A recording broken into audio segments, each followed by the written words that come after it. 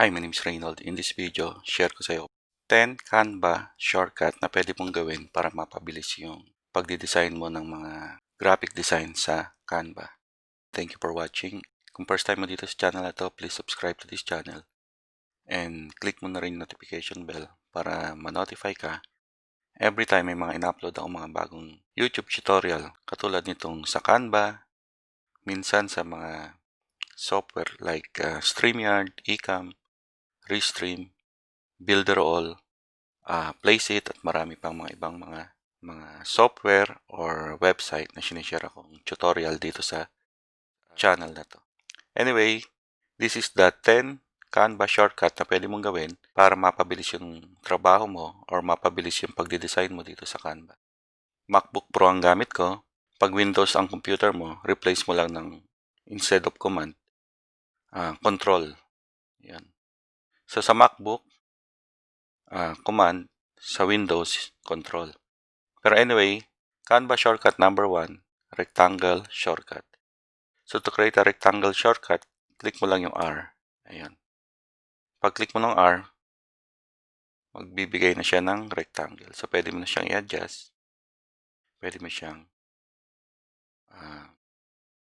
i-move. Ayan. So rectangle shortcut, press mo lang yung R. Add line shortcut, press mo lang yung L. Ayan. So pwede mo na rin siyang i-adjust. Yan yung sa line shortcut. Number 3, add circle shortcut. Add circle shortcut, press mo lang yung letter C.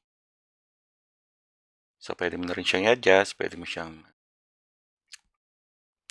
resize, at pwede mo rin siyang gawing oblong. Pwede mo siyang i-adjust. So yan yung Canva shortcut number 3. Press mo lang yung letter C. Number 4 Canva shortcut, add text shortcut. So to add the text, click mo lang yung letter T.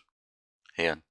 Pag click mo yung letter T, lalabas na tong example paragraph na to. So pwede mo siyang palitan ng size. Let's say gusto mong gawin siyang mas maliit. Or palitan yung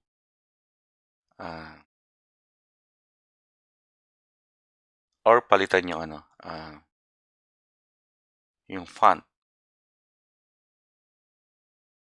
So yan yung text shortcut. Just press letter T. Canva shortcut number 5, make text bold. Yan. So click mo lang yung paragraph, tapos Command B. Yan. So sa computer, sa Windows, Control B lang. So sa MacBook, Command B. Yan. Command B, bold. Click Command B again para regular size siya ulit. Yan. Canva shortcut number 6, make text italic. Ganun din. Click mo lang uli yung yung text muna. Tapos Command I.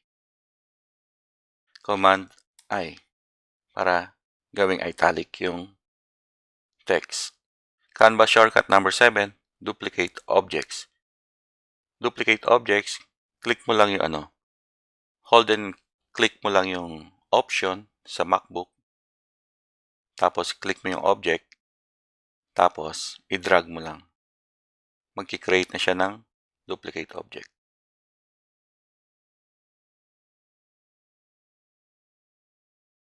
So yan yung Canva shortcut number 7, duplicate object.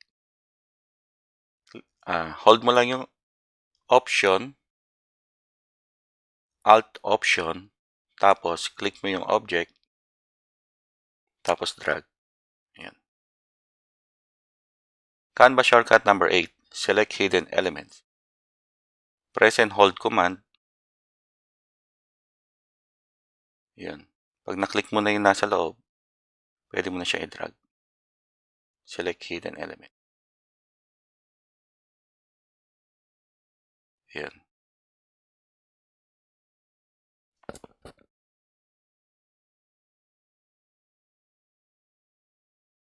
Canva Shortcut number 9, select all shortcut. So dito, click mo lang yung command, then A,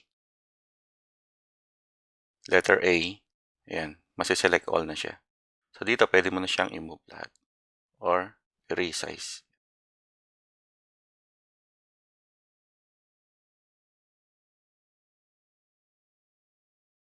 Select all. Again, command, then press and hold command, then letter A. Canva shortcut number 10, select multiple objects. Yun. To select multiple objects, mag-click ka muna ng isang object, tapos click mo yung shift, press and hold yung shift, and then click another object. So yan, pwede mo na siyang i-resize yung tatlong yan, or you can move them. So yan yung select multiple objects, Canva shortcut number 10.